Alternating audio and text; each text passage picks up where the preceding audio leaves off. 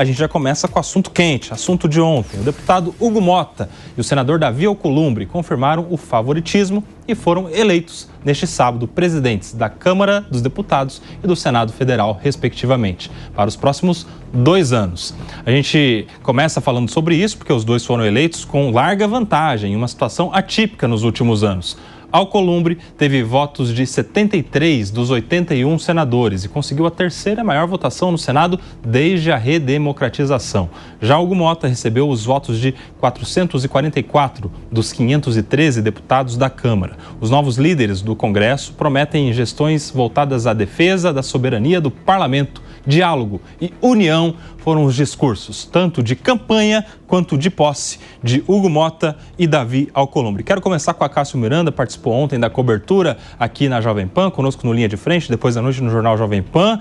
O que diferencia Hugo Mota e Davi Alcolumbre? O que esperar dessas novas gestões? A Cássio Miranda, boa tarde, bem-vindo. Boa tarde, Coba. Boa tarde às minhas colegas e aos meus colegas de bancada e um boa tarde especial à nossa audiência.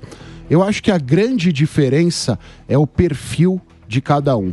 O Alcolumbre é alguém mais combativo, é alguém mais classista, portanto fará a defesa intransigente dos senadores e dos seus interesses, enquanto Hugo Mota é alguém, usando uma expressão lá da minha Porangaba, é alguém mais jeitoso, é alguém mais afável, é alguém mais dado ao diálogo. Então eu acho que vai inverter a dificuldade do governo federal. Eles tinham um caminho livre no Senado, agora eu acho que o Alcolumbre será uma barreira, ao passo que aquela truculência que se tinha com o Lira não existirá mais na Câmara dos Deputados. Independentemente do perfil de cada um, eu acho que a reforma ministerial, vou usar até um termo que o Clever Vasconcelos usou ontem com a gente, eu acho que a reforma ministerial é um segundo turno das eleições no Congresso, porque a depender das peças, o governo terá mais facilidade ou será ainda mais refém do Centrão. Você concorda com essa inversão? Jess Peixoto também participou da cobertura ontem aqui à tarde na Jovem Pan. Essa inversão, o governo tinha mais facilidade com o Rodrigo Pacheco no Senado, mais dificuldade com o Arthur Lira na Câmara. O Acácio aposta numa inversão, vai ter mais facilidade na Câmara com o Hugo Mota e mais dificuldade com o Davi Alcolumbre, que já foi presidente. É a segunda vez que ele assume essa função lá e, na ocasião, não foi daqueles mais fáceis de relacionamento. Como é que você vê essa aposta do Acácio Miranda? Eu concordo parcialmente. Eu acho que não vai ter, de fato, o Alcolumbre acrescenta facilidade porque era impossível. O Pacheco foi um aliado de primeira ordem, de fato. Ele, de fato, interagiu para melhorar o ecossistema dentro do Senado para aprovar as medidas do governo e ele o fez. Então, não acho que é possível ser um aliado melhor ao governo do que o Pacheco foi. Isso o Alcolumbre não vai conseguir. O Hugo Mota, ele faz o contrário.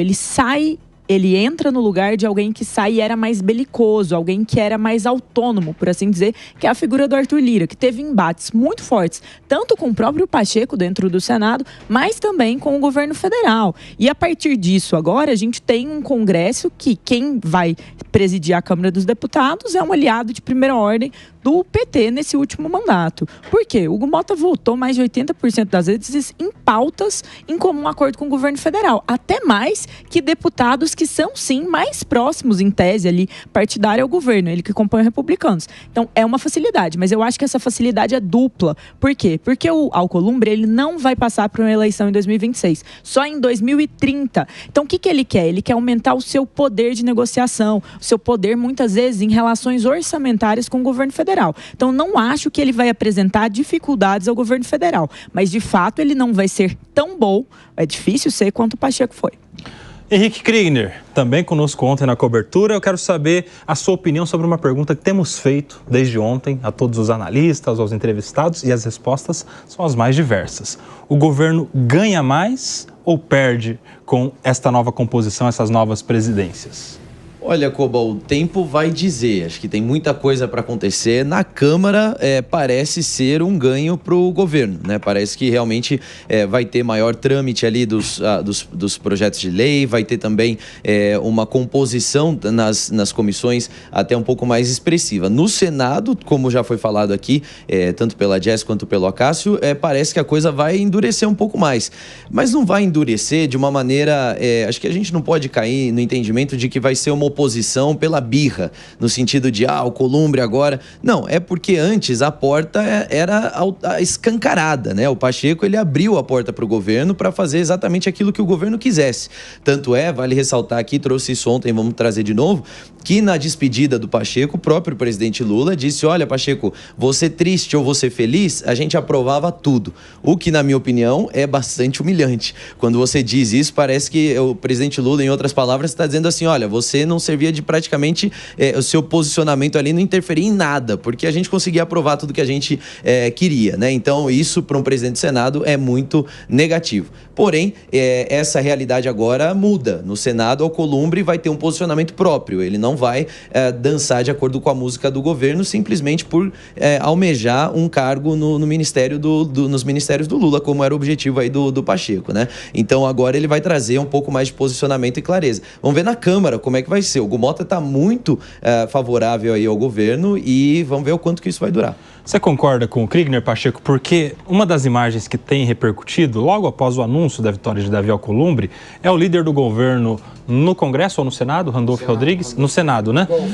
Dando um abraço, um beijo acalorado, levantando as mãos. Então, assim, o Randolph, que naquele espaço significa o governo, ele celebrou demais a vitória de Davi Alcolumbre. Então, aquilo é uma imagem que significa o governo está feliz da vida com Davi Alcolumbre. Ou o Randolfo Rodrigues não significa tanto assim o que pensa o governo? Meu querido Luiz Fernando Pacheco. Boa tarde aos colegas que estão aqui na roda comigo, boa tarde aos nossos ouvintes, à nossa audiência. Hoje, dia 2 de fevereiro, dia de Iemanjá. Iemanjá, no sincretismo religioso, Nossa Senhora dos Navegantes, Nossa Senhora das Candeias, o mar de Salvador e de toda a Bahia está lotado de embarcações. Quero mandar um abraço a todos que têm essa crença, porque Iemanjá é uma coisa muito bonita, né? O mar e esse sincretismo, né? A única religião brasileira, legitimamente, é a Umbanda, que é o casamento entre a senzala e a casa grande, né? Todos os orixás têm um correspondente no catolicismo, e Iemanjá é Nossa Senhora das Candeias, Nossa Senhora dos Navegantes, lá em Porto Alegre, onde também no Rio Grande do Sul tem grandes manifestações, é um dia de festa. Entrando no assunto, os Pachecos são governistas.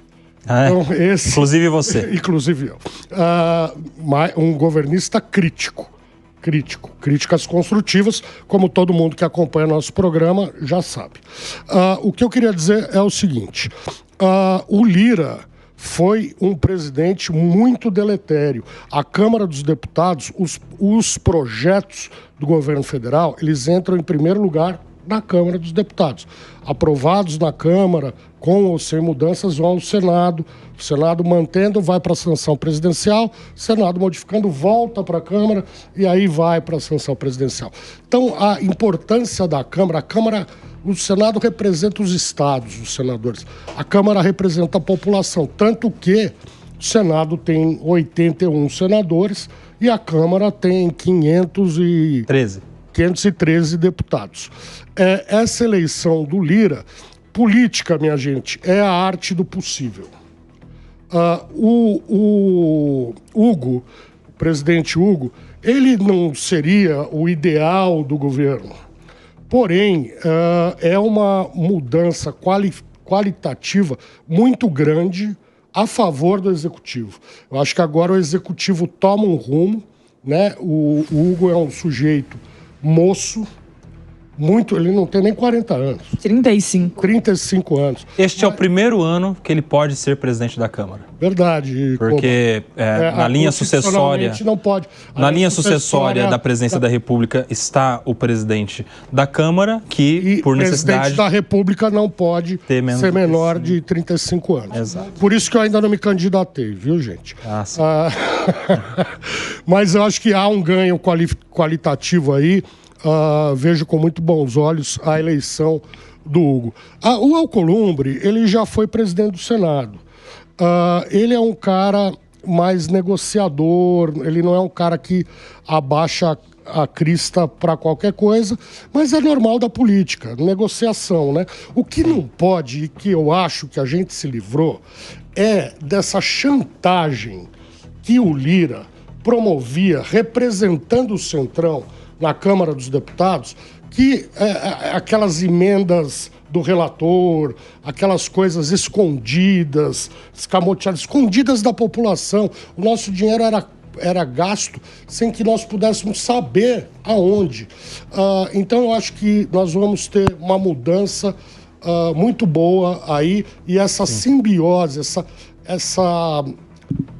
esse diálogo mais franco entre o Executivo e o Legislativo só pode beneficiar o país, e essa é a minha esperança para os próximos 2 anos de mandato do presidente Lula. Essa conversa aqui está muito igual aos discursos, muito diplomática, muito protocolar. Eu quero saber de treta, Raquel. Por que a direita, neste cenário, se viu ali no entrave, né? Porque tínhamos candidatura na Câmara dos Deputados do Marcel Van Hatten, do Partido Novo, se dizendo o candidato da direita, com pauta pró-PL da anistia e etc. No Senado, a gente teve a candidatura do senador Marcos Pontes e também do Eduardo Girão, 2 candidatos mais à direita, um do PL e outro do Partido Novo.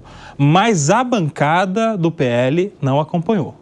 Não só a do PL, mas os outros partidos mais de centro-direita também não. Antes da Raquel, só uma pergunta, Coba. Marcos Pontes é o astronauta? Astronauta Marcos Pontes. Candidatura dele foi para o espaço. Vai lá, Raquel. Como é que você vê? Isso tem gerado muita discussão. Primeiro, boa tarde a todos que estão nos assistindo. A nossa roda qualificada, você, Kobayashi. É muito interessante porque agora nós conseguimos colocar os pingos nos is. Em época de eleição, muito seduz, muito se coloca a sedução, propostas ilusórias e não pragmáticas. São propostas que querem vender uma imagem para que determinado grupo de eleitores assim acatem e tenham uma esperança de mudança, de renovação. Eu concordo que a política ela é muito mais pragmática. A política, para ela ter viabilidade, temos que ter a construção de consensos entre os dissensos, claro, porque temos que respeitar opiniões divergentes e, dentro do possível, conciliar para políticas públicas. Mas quando candidatos políticos se colocam ali como representantes do povo, e a gente vê muito forte a polarização, eles colocam como aqueles que vão romper, aqueles que serão paradigma, quebra, a ruptura realmente de pensamento político arcaico e ortodoxo. E o que a gente viu foi que aqueles famosos que se dizem lutar contra o sistema agora estão numa completa saia justa tentando explicar o óbvio. O que eu acho desleal e antiético é, para tentar um voto, se fingir e passar uma imagem farsante do que não é. A política, ela tem que ser pragmática e nós temos que construir ali alianças para que a gente possa entregar a política pública. Agora, no tocante aos 2 presidentes, e aliás, são os líderes do Congresso Nacional, cargos extremamente importantes, porque são cargos que podem viabilizar distribuição de emendas entre os seus aliados. Cargos importantes também nas comissões, são aqueles que ditam e pautam os projetos como prioridade, projetos de lei. Então, são cargos que, hoje, eu vejo que tanto o governo federal, que é um governo nitidamente de esquerda, e aqui eu vou falar do governo do estado de São Paulo, que teve de forma ostensiva o apoio maciço, não só dos parlamentares federais, de lideranças políticas e do governador, terão uma boa interlocução com o parlamento na Câmara dos Deputados no âmbito federal. Posso fazer uma pergunta para os colegas? O Davi Alcolumbre foi presidente do Senado na gestão do presidente do Bolsonaro. Exato, foi contemporâneo eu tinha uma impressão que era Michel Temer. Tudo bem, muito obrigado. Michel Temer foi antecessor na presidência da República do Bolsonaro. Não, ele achou que o achei que o Alcolumbre tinha sido presidente do Senado na gestão como presidente do Michel. Sim. Mas não é isso, foi do Bolsonaro. Nessa lógica aí da treta, né, da briga que o Koba trouxe, a realidade é que a direita tá aí brigando hoje, tá um tanto quanto dividida em relação às candidaturas, principalmente do Eduardo Girão do Novo e do Marcel Van Hatten do Novo, e ali com os acordos que teriam sido feitos em relação ao PL. E o que eu acho assim, um tanto quanto assustador quando a gente olha para uma perspectiva da direita? Ninguém está vendo o PSOL brigar com o PT ou o PT brigar com o PSOL em relação a terem tido uma candidatura própria dentro da Câmara dos Deputados. Então, existe uma ideia de unidade quase mitológica em torno do que a direita deve ser e de como ela deve se portar, que não está surtindo efeito mais dentro do Brasil. Por mais que o Hugo Mota tenha tido os votos dos 444 deputados, o Marcel Van Hatten do Novo cresceu de 19 para 31 votos e em termos de popularidade nas redes, é visível que a candidatura deles tiveram mais popularidade em relação aos eleitores. E aqui, pela primeira vez, nós vemos o presidente Bolsonaro e seus aliados tendo que responder à população porque apoiaram Davi Alcolumbre, que tradicionalmente, ao longo da gestão do Bolsonaro, bem trouxe aqui o Pacheco, foi um inimigo da gestão Bolsonaro. Então, essa explicação para o eleitor é muito difícil, porque o eleitor não entende acordo, porque o eleitor não entende isso, e ele vê isso como sujeira. Então, nós vemos uma crise de imagem aqui para o presidente Bolsonaro. E só para complementar, se porventura não fossem os próprios parlamentares votando entre si, com certeza o cenário seria completamente diferente para a presidência da Câmara. Você fala se fossem eleições diretas, o público votando. Com certeza o cenário seria completamente diverso. Mas eu queria tocar exatamente nesse ponto. A gente coloca a direita brasileira, a partir desse raciocínio, como se PL, republicanos, PSD, PP fossem legítimos representantes da direita. E não é uma verdade. Eles são representantes do centrão que pegaram uma carona eleitoral no bolsonarismo em 2022. Então, deixa eu falar uma coisa aqui. E essa briga acontece... complementar, porque o Bolsonaro apoiou o acordo. Então, aí não é da sigla. O Bolsonaro apoiou, por exemplo, Davi Alcolumbre e Hugo Mota também. Mas essa carona em 2022 foi deliberada. Ele aderiu e ele permitiu que aderissem a essa carona exatamente para que ele tivesse musculatura eleitoral nos rincões do país e também para que ele tivesse governabilidade se eventualmente fosse eleito. Então não adianta criticar, porque é um contrato que foi celebrado informalmente em 2022 e ele continua vigorando.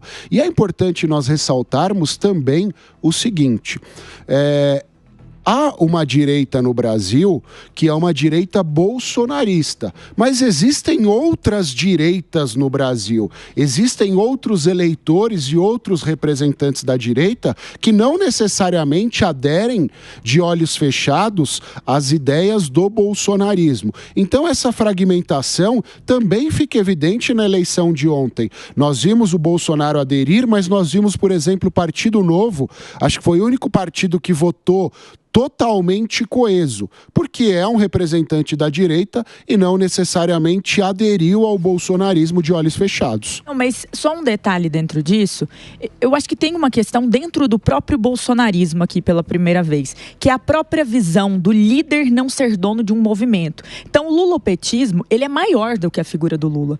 O bolsonarismo é maior do que a figura do Bolsonaro, pelo que ele representa. Então quais são os ideais que o Bolsonaro representa? Um dos ideais mais fortes é ser antissistema. Tanto é que antes dele se eleger em 2018, em 2017, ele também foi candidato contra o sistema e constou ali com 4 votos apenas. E no ano seguinte ganhou a eleição para presidente da República. Então deixa eu trazer o histórico, que foi inclusive um argumento do senador Marcos Pontes. porque o senador Marcos Pontes agora parece que está sem clima lá, ficou estranho para ele com seus pares lá no PL, né? Quem disse isso, projetou, inclusive, essa situação foi o próprio senador Flávio Bolsonaro, que ontem falou conosco aqui na cobertura e ele falou, agora vai ficar uma situação difícil para ele, porque a gente vai participar da mesa diretora, a vice-presidência do Senado é do PL, assim como a vice-presidência da Câmara também, alguns já estão com vistas ali para algumas comissões, o próprio senador Flávio Bolsonaro pretende ser presidente da Comissão de Segurança Pública do Senado, mas o Marcos Pontes provavelmente não vai participar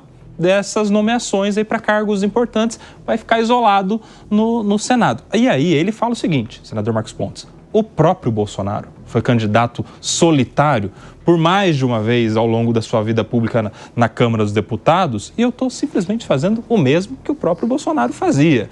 E aí, como é que fica essa briga agora? Marcos Pontes, candidato que teve 4 votos contra o PL, que apoiou a candidatura do Davi Alcolumbre, o Kriegner. Olha, Koba, eu vejo de um jeito muito pragmático. Acho que a gente tem que olhar dessa maneira e não pode fazer uma leitura emocionada disso também.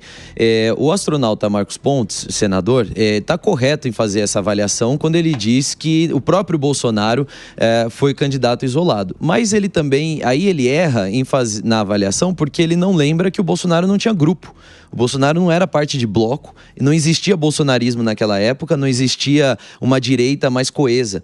Então, quando você começa a pensar numa mentalidade de grupo, que sem grupo hoje é praticamente impossível de sobreviver ou de fazer avanço dentro do Congresso Nacional, você percebe que a coisa muda um pouquinho e que aí você não pode ser orientado só pelos seus próprios ímpetos. Existe uma construção e essa construção leva em consideração também a coletividade. E eu acho que esse é um ponto aqui, o Cássio trouxe um ponto que eu discordo um pouco, que eu acho que embora exista, assim, fragmentações dentro da direita no Brasil, dentro do Congresso Nacional, e as eleições agora para presidente, tanto do Senado quanto da Câmara, representam muito isso, essa fragmentação ela é muito menos profunda. Na verdade, talvez existe ali um risco que indica a fragmentação, porém, ainda é muito forte a voz do próprio presidente Bolsonaro. Você vê deputados e senadores que têm posicionamentos muito veementes e que, ao justificarem o seu voto, disseram, olha, estou votando porque foi indicação ou pedido do presidente Bolsonaro. E seguiu. Aí a gente pode discutir aqui se isso está certo, se isso é bom ou não. Mas fato é que a influência do presidente Bolsonaro é muito forte, tanto nesse bloco aí da direita, quanto também da centro-direita ou mesmo centrão. Então, a lógica lá dentro é diferente, a gente até comentava isso, né? E parece que os caras vivem num mundo em que existe uma lógica que só funciona lá. E quando a gente olha de fora, pode parecer até, poxa, olha, traíram valores, fizeram isso, fizeram aquilo, mas existe uma racionalidade que deve ter os seus limites também, para que não haja uma traição daquilo que os colocou naquele lugar, naquela posição, né, em primeiro lugar, mas existe essa racionalidade de grupo que precisa ser considerada. E tentar fazer uma aventura solo talvez não me parece ser o melhor dos caminhos, pelo menos na questão do Senado. Na Câmara eu acho um pouco diferente. Ô Pacheco, o PL tem 14 no Senado e o senador Marcos Pontes teve 4 votos. Significa, o PL foi mais com a orientação partidária aí do líder Bolsonaro do que com o seu candidato colocado à disposição, o Marcos Pontes. Como é que você vê essa cisão aí? Olha, eu não sou muito de fazer elogios ao PL e a essa turma, mas eu acho que partido é isso, né? Partido não são... os partidos não podem representar ou encampar posições pessoais de um dos seus membros. A que interessava essa candidatura do astronauta? Nada. É um cara, aliás, que nunca teve. Ele foi eleito, não sei nem como ele foi eleito. Ele foi eleito... Foi eleito porque o Bolsonaro ele apoiou, né? Então, ele foi eleito assim, ele foi eleito numa contra... Né, ele foi eleito como um antissistema. Mas ele não tem expressividade nenhuma no Congresso Nacional, né? Então essa candidatura dele era uma aventura e o partido estava coeso em apoiar quem o líder do partido, que é ainda o ex-presidente Jair Bolsonaro. O pessoal está tudo chamando ele aqui de presidente. Isso aí... Uma vez presidente, não, sempre presidente? Ex-presidente. Quem é rei não cai a coroa. Ex-presidente Jair Bolsonaro. Pô, então tem que tirar os assessores da Dilma, né? O carro oficial, o salário. O Bolsonaro... E aí, Pachecão? Quem é rei não perde a coroa. O Bolsonaro, queira eu ou não, é a liderança dessa gente. Quer dizer, o Marcos Pontes foi querer contrariar o líder dele e que fez dele senador, me parece um tanto ingênuo. Né? E esses 4 votos que ele teve... Ô Pacheco, mas posso só fazer um parênteses sobre o Marcos Pontes? Sim. A primeira vez que ele foi candidato pelo PSB. E esse S do PSB me parece que é socialismo. Socialismo. PSB. Assim como então, o PSD. Pelo PSB, depois ele deu uma virada. O PSB de Geraldo Alckmin hoje, Márcio França, ele Flávio concorreu Dino, contra. Até pouco Miguel tempo. Arraes. Pois é. Tabata Amaral. Mas então, em Miguel Arraes você vai longe, né? Miguel Arraes morreu faz 20 anos, cara. Eu conheci o Miguel Arraes. Esse aí não é do meu tempo. Vai longe. Miguel Arraes. Aliás, o meu tio-avô foi quem prendeu o Miguel Arraes quando ele... Meu tio-avô era brigadeiro, 4 estrelas, prendeu o Miguel Arraes lá em Pernambuco, quando ele era governador. Mas eu tenho um grande apreço pela memória desse homem e, inclusive, o neto dele está fazendo um grande governo lá na Prefeitura de Recife. Mas, não estou viajando aqui na maionese. Por favor, vamos voltar. Entrando aqui, vamos voltar ao tema.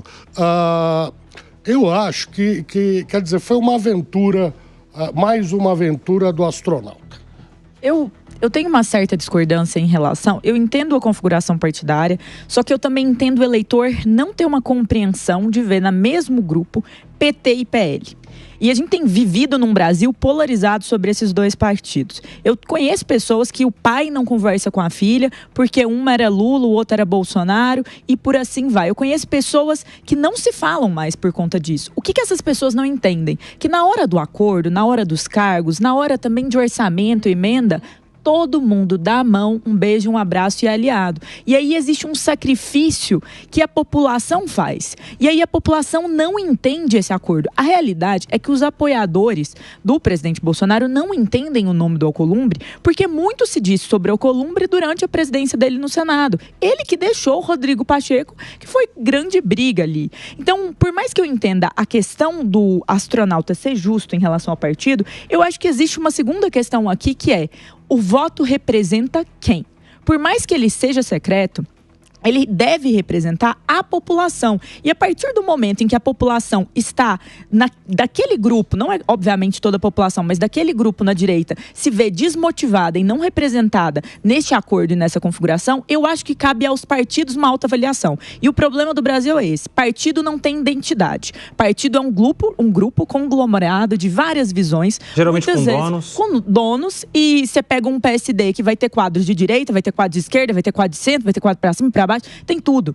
Os partidos precisam buscar ter mais unidade de identidade. E nisso, o Partido Novo e o PSOL estão corretos de terem suas candidaturas e suas pautas. Goste, discorde, mas a mensagem do que eles fariam é clara. Isso importa na política. Jess, eu quero fazer uma pergunta para você, dentro, na esteira da tua fala. Você vê essa eleição na Câmara e no Senado como um início da pacificação do Brasil? Não vejo. Eu vejo como um momento onde a população ela vai se ver descontente e vai escolher novas lideranças. Eu vejo que por mais que eles busquem pacificar lá dentro, o discurso para fora não é pacificador. O Eduardo Bolsonaro postou hoje algumas mensagens que falam muito sobre as comissões que se conseguiram, mas não sobre pacificação. Eu acho muito difícil ter um discurso pacificador. Então, por mais que a figura foi um negócio. Um contrato. Eles conseguiram as comissões ainda vão ter os embates. PT e PL vão seguir brigando, mas a grande questão é: qual é a confiança da população a ver as pessoas que eles nunca imaginaram como aliados. Então, acho que isso descredibiliza um pouco a nossa democracia. Eu fico preocupada com isso. Eu acho muito importante o que a Jess falou, e só complementando, é extremamente importante. Por quê? Porque quando a população ela se vê completamente decepcionada, descrente dos sistemas, das instituições de Estado, e busca uma ruptura de poder, uma ruptura de sistema, uma quebra, uma outra roupagem, não mais distribuição de emendas, corrupção alastrada, incrustada em instituições de Estado, buscam caras novas, partidos novos para representar, é justamente isso. O que a gente viu foi até uma ausência de combatividade de ao menos tentar pleitear uma presidência, tanto do Senado como da Câmara. Não, foi um consenso muito pacífico, muito rápido, um acordão muito consensual para rapidamente já colocar um presidente, já buscar o prêmio de consolação, que seriam as comissões, as presidências respectivas. E só para complementar, o que o pessoal, o bolsonarismo, os bolsonaristas e o grupo extremado da direita tanto almejava, era a tão falada anistia do 8 de janeiro. E o Davi Alcolumbre já pôs uma pá de cal, solidificou a negativa de qualquer situação que possa suscitar anistia como um prejuízo à própria democracia. Palavras do Davi Alcolumbre. O Henrique Kriegner, a gente falou sobre o senador Marcos Pontes, que perdeu naturalmente a disputa, teve 4 votos entre os 81 senadores, mas eu quero falar sobre outro que perdeu na Câmara. E aí o Marcel Van Hatten, do Partido Novo, deputado que lançou a sua candidatura, ele já teve 31 votos. Há quem diga, inclusive, que boa parte desses 31 votos veio do PL. O próprio Eduardo Bolsonaro. As pessoas estão dizendo aí nos corredores que cerca de 15 parlamentares do PL, é o que eles estimam, né? Depois começam a bater os números e tal, tenham aderido à campanha, à candidatura do Marcel Van Hatten. E aí o Acácio trouxe bem aqui uma distinção. Diferentemente do Marcos Pontes no Senado, que tem um partido com mais pessoas, o Van Hatten, ele é de um partido bem pequeno na Câmara dos Deputados. 4 deputados do Partido Novo. Teve não só esses deputados votando com ele, mas muitos outros de outros partidos também. E aí, Henrique Kriegner, como você lê essa candidatura e esse resultado de votação do Van Hatten? 31 votos. E o resultado dele na última eleição, na verdade, foi inferior com uma bancada maior, né? Eles tinham uma bancada maior do Partido Novo e hoje uma bancada reduzida, ele conseguiu mais votos. Eu acho que o grande lamento dessas eleições, Koba, é o fato do voto ter sido secreto, especialmente dentro da Câmara. Não tem razão pela qual o voto poderia ser secreto. Eu entendo, como a gente até falou ontem, da questão de evitar a represália, né, e de você ter uma maior proteção nesse sentido. Porém, especialmente na Câmara dos Deputados, o voto secreto, ele traz essa insegurança que a gente está falando aqui, do quanto de representatividade ou quanto das pautas realmente foram consideradas. Muitos deputados que são mais orientados aí pelos seus posicionamentos, deputados que são mais ideológicos, até declararam seu voto nas redes sociais. E fizeram muito bem quando fizeram isso, e boa parte deles aí declarou voto no Marcel Van Hatten. E aí eu vejo uma distinção entre o Senado e também a Câmara dos Deputados. Dentro do Senado, como o objetivo do senador, ele representa o Estado, ele tem uma questão um pouco mais interna, essa pauta da representatividade popular, eu acho que ela não é a prioridade na decisão do voto. Quando a gente olha, claro que é importante. Agora, quando a gente olha para a Câmara dos Deputados, em que o deputado está ali para representar o povo e ser a voz do povo para dentro do governo e isso traduzir em leis, traduzir em fiscalização do executivo e etc., você tem então um dever, na verdade, que é de representatividade daquilo que é o anseio popular, e por isso, então, o voto aberto, né? Ele deveria ser dessa maneira. O Marcel, e aí nessa mesma lógica, a contraposição entre o posicionamento do senador astronauta Marcos Pontes com o deputado Marcel. O Marcel fez certíssimo em ser candidato e sair do grande acordão, pagando preço por isso, porque ele corre o risco de sofrer represálias, inclusive, desse grande bloco que se formou. Mas ele ganha em termos de destaque, ele ganha pela fidelidade aos valores, ele ganha também por ser um líder, uma liderança que articula em cima daquilo que ele foi eleito para poder defender e legislar sobre. Então, é muito importante que esse exemplo venha a ser realmente destacado, mas a gente precisa olhar a diferença que existe na Câmara dos Deputados, diferença de função, atribuições e também de lógica de como é que funciona e como funciona também dentro do Senado Federal. Essa diferença faz com que o passo do Marcel seja louvável. Acácio, a gente projetou que o senador Marcos Pontes vai ter vida difícil agora, né? Sai menor dessa disputa para o relacionamento, para esses próximos 2 anos no Senado Federal. E o Van Hatten na Câmara? Você acha que ele sai menor ou sai maior depois desse resultado? Ele sai maior politicamente, internamente ele sai do mesmo tamanho que ele entrou, porque o Novo tem 4 deputados, eles não teriam relevância em comissões, não teriam relevância em outros aspectos, então eu acho que o Kriegner tem razão nisso. Ele cumpriu um papel que ele tinha que cumprir e politicamente, eleitoralmente, ele sai mais forte, sai mais musculoso. Da porta para dentro é a mesma coisa, da porta para fora ele fez o seu papel político ali, eleitoral. Há quem diga que ele seja candidato ao Senado, hein? Lá no Rio Grande do Sul. Da porta para dentro, eu não sei se é a mesma coisa, porque ele não... mesmo disse ontem. Ah, é? Se lançou? Na porta para dentro eu não acho, porque o Novo não teria força. Mas é óbvio que ele incomodou os líderes da Câmara. Então, se eventualmente eles tiverem uma chance, ninguém vai procurar essa chance, mas se eles tiverem uma chance, eu acho que eles não perdem uma chance de prejudicá-lo. Tem essa também, né? Tem essa também. Ao mesmo tempo, o Marcel foi indiciado pela Polícia Federal, ele tem brigas no Supremo Tribunal. Eu não acho que ele tem medo da perseguição do presidente da Câmara, tendo em vista todos os outros inimigos que ele fez ao longo do caminho no Supremo e dentro do governo federal.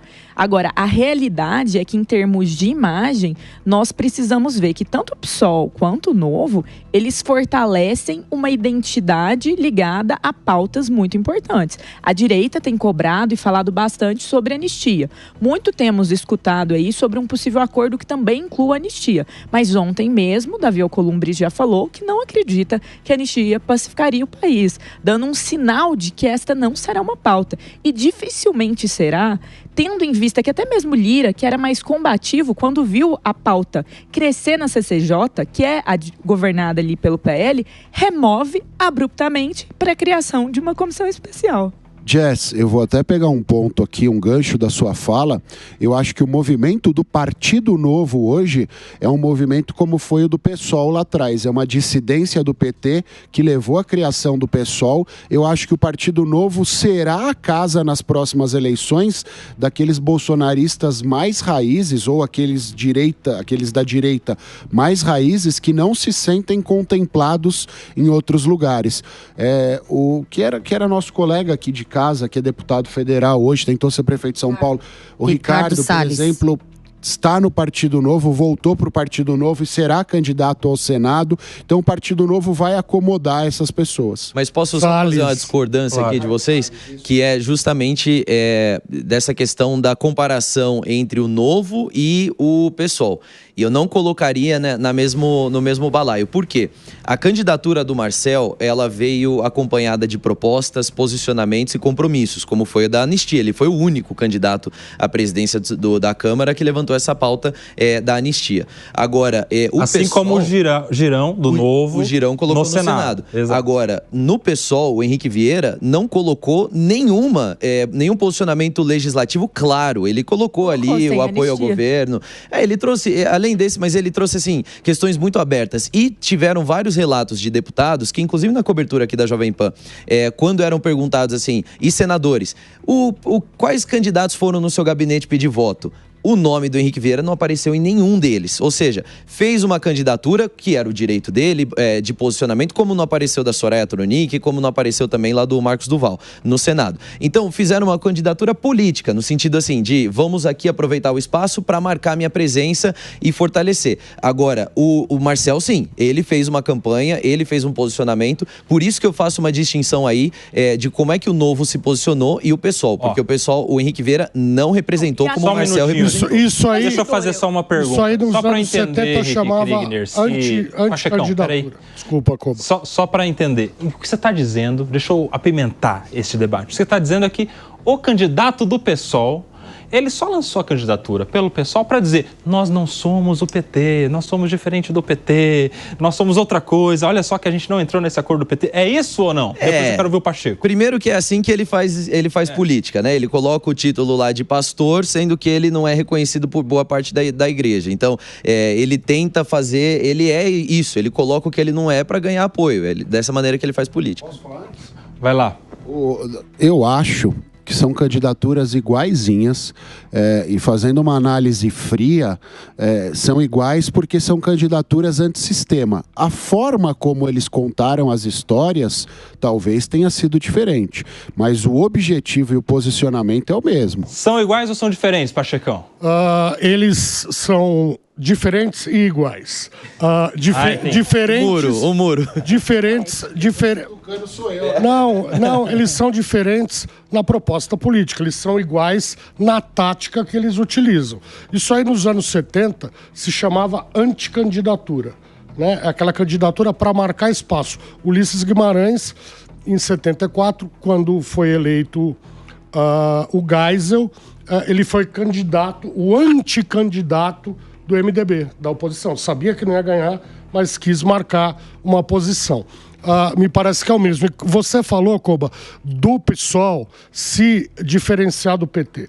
O PSOL ele nasce no início dos anos 2000 com a Heloísa Helena, com o Babá, com a Luciana Genro, que eram deputados, e a Heloísa Helena era senadora, expressivos do PT, e quando da proposta do Plínio governo de reforma da Previdência, eles se colocaram contra.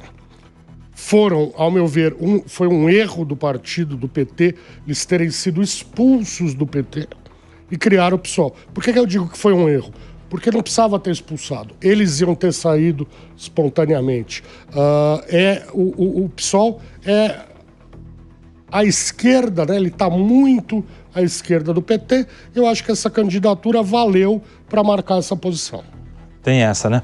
Quer complementar? Para fechar o... Para fechar um bastidor. Hoje eu tive o prazer de conversar com um deputado que é do PL e que ele tá vendo essa situação com os olhos um tanto tristes. Porque ele tá sentindo um racha na direita desnecessário, quando na verdade até a candidatura do Marcel nada mais representa do que um anseio do povo de não ter esses nomes, Girão e Pontes, mesma coisa. E o que ele mencionou? Que ele avalia a possibilidade de ir para o Partido Novo por conta do nível de pressão que ele sofreu para dar determinado voto. Então, eu acho que tem uma configuração interna dentro do PL que existe um cacique partidário no PL que não é o Bolsonaro. Não se enganem. O nome dele é Valdemar da Costa Neto. E ele é um jogador hábil da política. Ele sabe fazer os acordos. Ele já foi base do Lula, foi base do Bolsonaro. Ele é um velho jogador à la Kassab.